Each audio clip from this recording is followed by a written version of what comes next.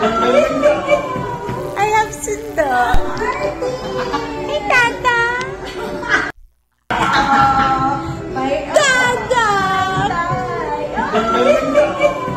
I have sundo. Hey, Tata. Gaga. I have sundo. Welcome back mga kaaldab. Ito na naman po ang inyong lingkod, si Mr. Destiny. At magbibigay na naman po tayo ng pinakamainit na update po ngayon sa social media mga kaaldab. Ito yung mga kaganapan po sa Instagram, sa Twitter at sa Facebook mga kaaldab. Siyempre, unahin po muna natin itong latest post video ni Maha Salvador. Respeto na lang po sa mga hindi na naman magugustuhan yung mga sasabihin ko. Respeto na lang po sa mga kapwa ko ADN na ayaw pong nababanggit. Pero kailangan po natin dahil kasama nga po talaga yon sa pagwawakas ng Sarsuela. Ebidensya at resibo mga kaaldab na ito hindi po ginagawa ni Congressman Arjo. Ito hindi rin ginagawa ni Mengay. Hindi po ba? Bakit si Rambo laging may oras at panahon para ihatid o isundo si Maha Salvador? Hindi po ba? Ano nga po ba yung pagkakaiba ng dalawa?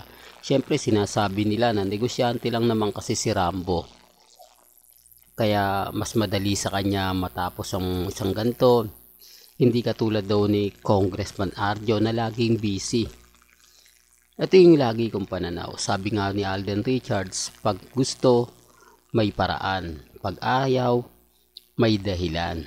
Di po ba? Simpleng mga salita na mapapaisip pa rin. Simpleng mga update na talagang parang may mali. Di po ba? Sinasabi ko lang to para lang po sa dumadaan at bumibisita sa channel natin. Sabi ko nga po sa inyo dito po sa channel ni Mr. Destiny. Lahat po ng mga gusto nyo pong mapanood, mapakinggan, kampante lang po kayo. Maging relax, di po ba? Bagamat maraming sinasabi, maraming mga komento, okay lang po yun.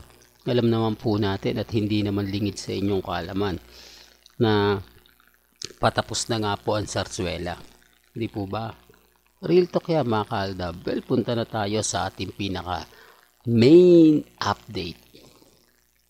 Kaya kung bago ka lang sa channel na to at isa kang true-blooded Aldab Nation na nagmamahal kina Mengay at Isoy, tama po ang channel na pinuntahan mo.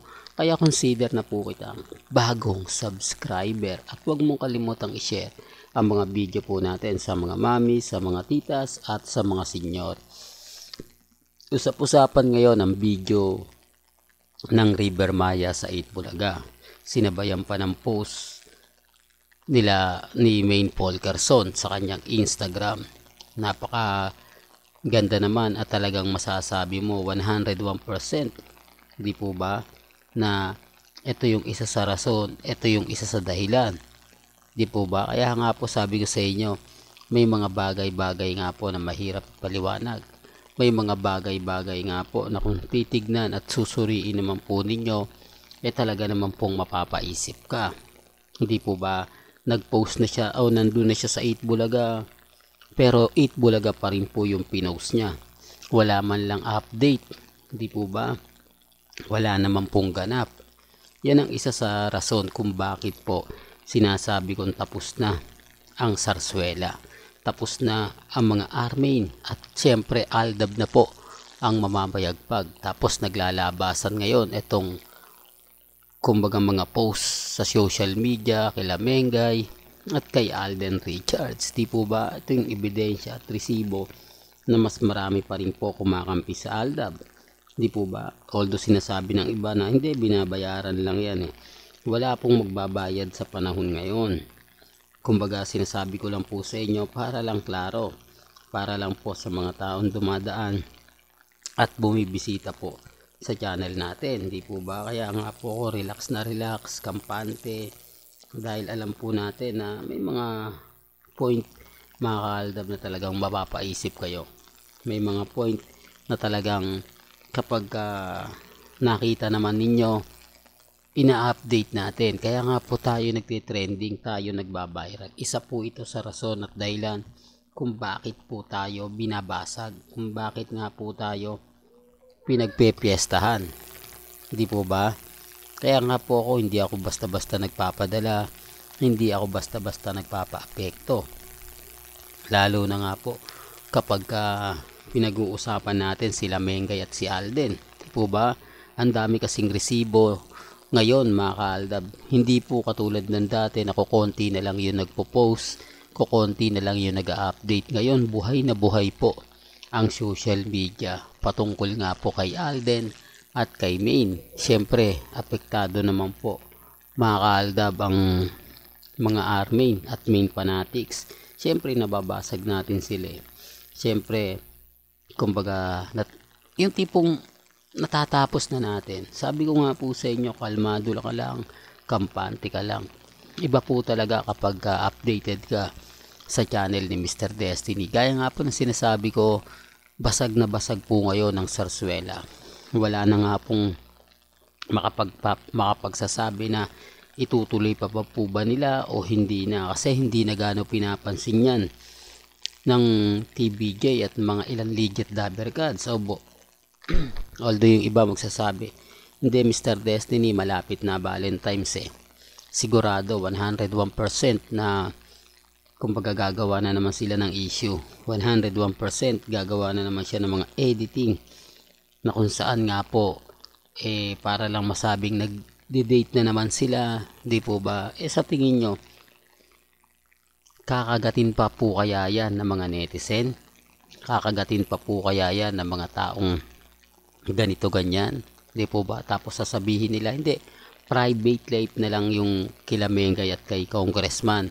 Ayaw nilang ma-broadcast yung mga ginagawa nila. Common sense na lang po. Politiko ka, kailangan laging ikaw yung laman ng social media para nga sa susunod na taon mas mabango ka. Di po ba? Yan naman po ang purpose, kaya nga po naging tumatakbo ka. Di po ba? Gusto mo yung ikaw yung laging bida, ikaw yung pinag-uusapan, ikaw yung kumbaga maraming award na nakukuha, pero hindi naman po sinishare. Di po ba? Hindi naman po pinagmamalaki. Common sense na lang po mga kaaldab. Sa dami po ng mga nagtatanong sa atin, sa dami po ng mga taong nakakakuha ng update, dun pa lang mapapaisip na po kayo, di po ba, na parang may mali. Bakit hindi nga po talaga ipinopost ni Mengay o binibigyan ng update si Congressman Arjo? Taliwas po sa mga ina-update natin, di po ba? Remind ko lang po ito, yung pagdating ni Rambo, ipopost yan ni Ma Salvador. Respeto na lang po, di po ba? Biruin mo may taga-sundo ka na, pero gaya ng sinabi ko, wala pong pilitan. May kanya-kanya tayong pananaw at opinion. Gaya nga po ng sinasabi nila, iba po si Rambo, iba po si Congressman Arjo. Hindi ko naman po pinaparehas, kumbaga iba po yung posisyon, pero depende po yan sa kung ano yung magaganap, kung ano yung mangyayari. Di po ba? Basta ako kalmado lang at kampante. Real talk mga kaaldab. Well, hanggang dito na lang po ang ating latest updates. Kaya kung gusto nyo pa po ng pinaka-latest at sariwang update, abay tumutok lang po kayo dito po sa channel ni Mr. Destiny para updated po kayo sa mga latest at sa mga bagong video po na ilalabas po natin maya-maya lang. Hanggang sa muli, salamat po sa panonood at pakikinig.